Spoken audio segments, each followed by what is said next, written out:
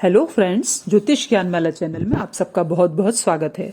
आज के वीडियो में हम बात करेंगे त्रिक भाव क्या होते हैं, त्रिक भावों से किस तरह के फलों की प्राप्ति होती है और क्यों इन भावों को हम इतना खराब मानते हैं। तो फ्रेंड्स, आप लोग वीडियो को अंत तक ज़रूर देखें और लाइक, शेयर और कमेंट करना बिल्कुल ना भूलें। चलिए शुरू करते हैं आज का वीडियो।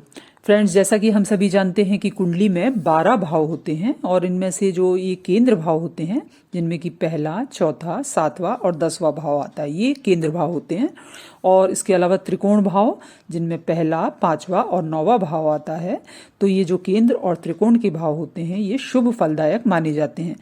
जबकि छठवां, 8वां और 12वां भाव, जिन्हें कि हम त्रिक भाव भी कहते हैं, इन भावों को अशुभ फल दायक भाव कहा जाता है। इसीलिए ये भाव जो होते हैं वो अशुभ होते हैं, क्योंकि ये ज़्यादातर नेगेटिव रिजल्ट ही देते हैं। और इन भावों में स्थित जो भी ग्रह होते हैं, इस कारण व्यक्ति के जीवन में काफ़ी स्ट्रगल रहता है। इन त्रिक भावों यानी कि ये छठवां, 8वां और जो 12वां भाव है, इसमें स्थित ग्रह जो होते हैं, एक तरह से व्यक्ति के पूर्व जन्म में जो भी उसके कार्मिक अकाउंट्स वगैरह हैं, उनको बैलेंस करते हैं और उसे स्ट्रगल कराकर बेहतर इंसान बनाते हैं। इन त्रिक भावों में सबसे पहला भाव फ्रेंड्स आता है छठवां भाव। और इस छठवें भाव के द्वारा हम रोग, ऋण, शत्रु, लड़ाई झगड़े, कोर्ट कचहरी के मामले और मानसिक अशांति आदि को देखते हैं। कुंडली में ये छठवां भाव किस तरह के फल देगा, इसके लिए हमें छठवें भाव के स्वामी, छठवें भाव में स्थित ग्रह और छठवें भाव पर पड़ने वाली अन्य ग्रहों की दृष्टियों को देखना चाहिए। इस छठवें भाव का संबंध जिस भी भाव से कुंडली के अंदर बनता है, व्यक्ति के जीवन में उसी भाव से संबंधित अशुभता आ जाती है। अब जैसे कि एग्जाम्पल के लिए, यह एक मेष लग्न की कुंडली है और यहाँ पर छठवें भाव का स्वामी जो है वो बना बुध, क्योंकि यहाँ पर छठवें भाव में कन्या राशि है और कन्या राशि के स्वामी होते हैं बुध।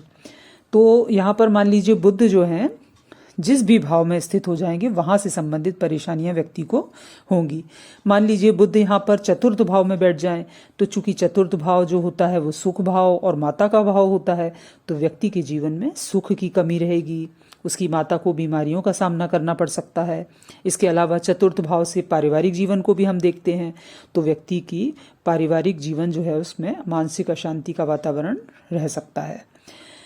इसी तरह मान लीजिए फ्रेंड्स, प्रथम भाव का स्वामी यानी कि लग्नेश, जो कि यहाँ पर मंगल बन रहा है, तो यदि मंगल मान लीजिए यहाँ छठवें भाव में बैठ जाए, तो व्यक्ति स्वयं काफ़ी बीमार रहता है और उसके कई शत्रु हो सकते हैं।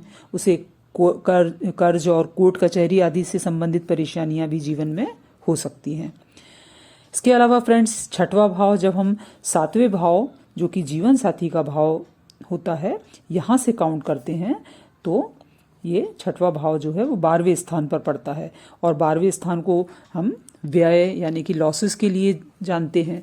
तो इस तरह यदि सप्तम भाव का स्वामी, जो कि यहाँ पर जैसे कि हम देख रहे हैं, सप्तम भाव का स्वामी यहाँ पर शुक्र बनता है ना, तो शुक्र यदि यहाँ पर छठवें भाव में मान लीजिए बैठ जाएगा, तो व्यक्ति की मैरिड लाइफ में प्रॉब्लम क्रिएट करेगा।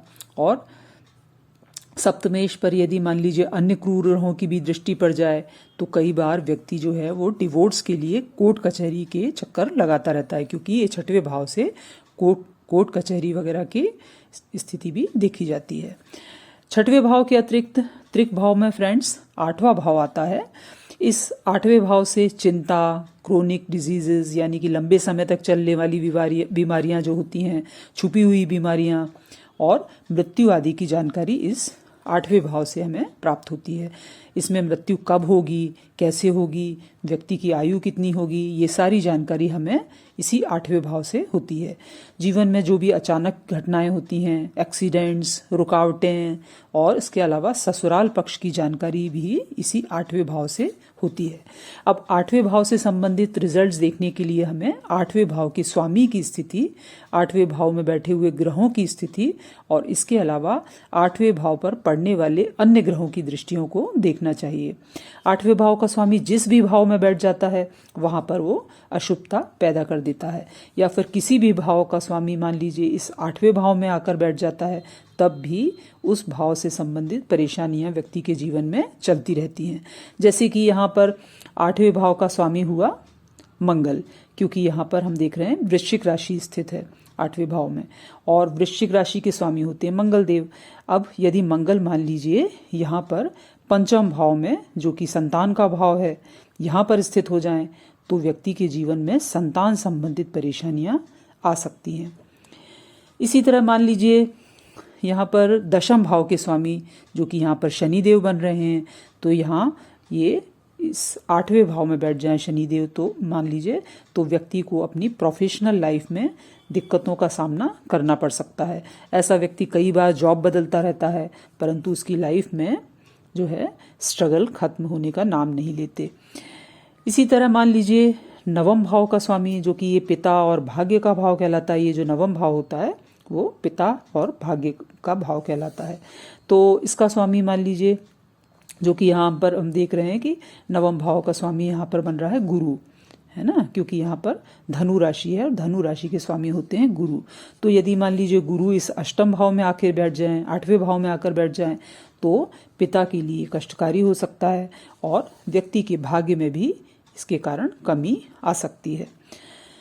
6वें और 8वें के अलावा फ्रेंड्स कुंडली का जो 12वां भाव होता है वो भी त्रिक भाव कहलाता है और इस भाव से लॉसेस, रोग, हॉस्पिटल के खर्चे, है ना, और विदेश यात्राएं, कैद खाना और इसके अलावा मोक्ष आदि को भी इसी भाव से देखा जाता है। इस 12वें भाव से संबंधित रिजल्ट्स को देखने के लिए हमें 12वें भाव के स्वामी की स्थिति, फिर 12वें भाव में जो भी ग्रह स्थित हैं उसकी स्थिति और इसके अलावा 12वें भाव पर कौन कौन से ग्रहों की दृष्टियां पड़ रही हैं ये सब देखना चाहिए। इस 12वें भाव का स्वामी कुंडली में जिस भी भाव में बैठ जाएगा वो उस भाव से संबंधित अशुभता प्रदान करेगा। या फिर किसी भी भाव का स्वामी मान लीजिए इस 12वें भाव में आकर बैठ जाए तब भी व्यक्ति को परेशानियों का सामना करना पड़ सकता है। जैसे कि मान लीजिए इसमें 12वें भाव का स्वामी जो है यहाँ पर गुरु बन रहा है क्योंकि यहाँ मीन राशि है। तो अब यदि मान लीजिए यहाँ पर गुरु जो है वो मान लीजिए लग्न में बैठ जाए तो व्यक्ति के जीवन में कई तरह के खर्चे होते रहेंगे। ऐसे लोग बीमारियों की वजह से हॉस्पिटल के चक्कर लगाते रहते हैं और अगर मान लीजिए ये जो है वो अधिक पीड़ित स्थिति में हो जाएगा तो इन्हें नींद आदि की समस्या भी हो सकती है।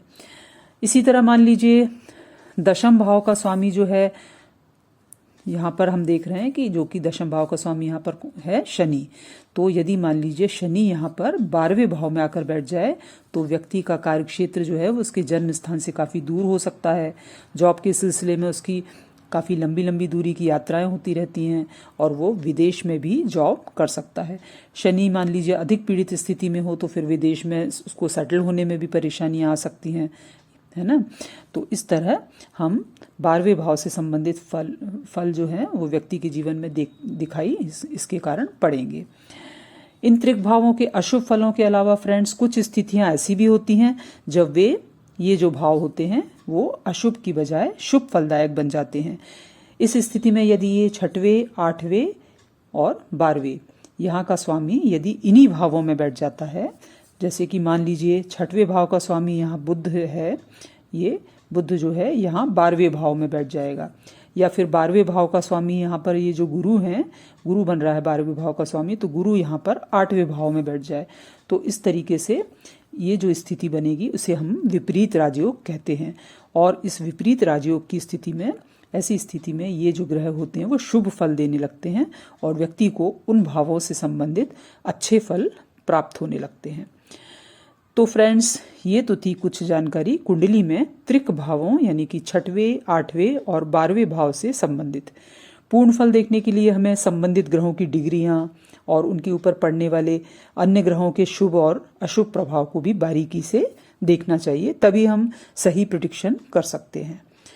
फ्रेंड्स वीडियो को लाइक, शेयर और कमेंट करके ज़रूर बताएं और चैनल को ज्योतिष, हस्तरेखा और वास्तु से संबंधित जानकारियों के लिए सब्सक्राइब जरूर करें। Thank you so much.